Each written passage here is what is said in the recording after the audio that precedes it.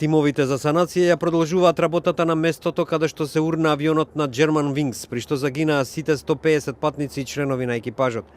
Авионот од типот Airbus 320 летал од Барселона до Диселдорф кога се урна во француските Алпи на околу 100 километри северно од Ница.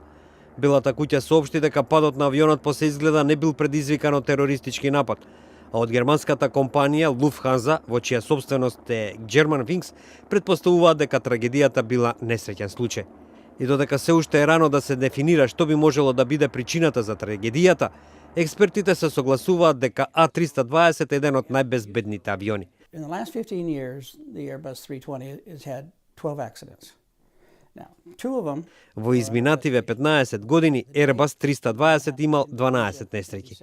Сега две од нив се истражуваат, оваа на Алпите и она што се случи лани во Индонезија.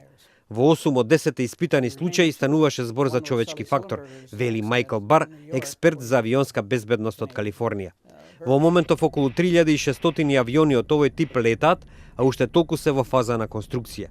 За обичните патници тоа е авион како и другите, но разликите се гледаат во кабината во која главно место имаат компјутерите.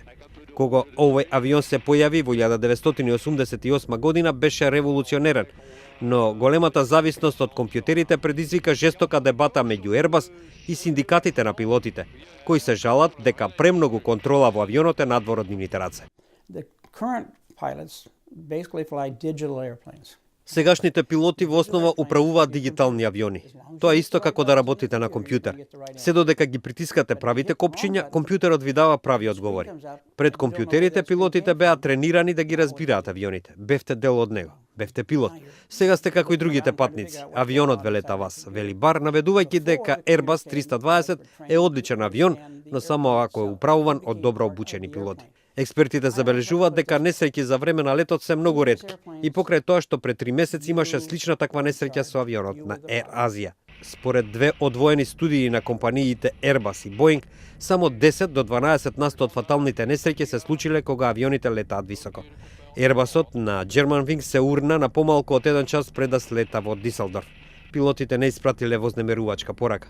Поради тешко пристапниот терен на 2000 метри надморска висина, откривањето на телата на жртвите, како што соопштија француските власти, ќе трае неколку денови.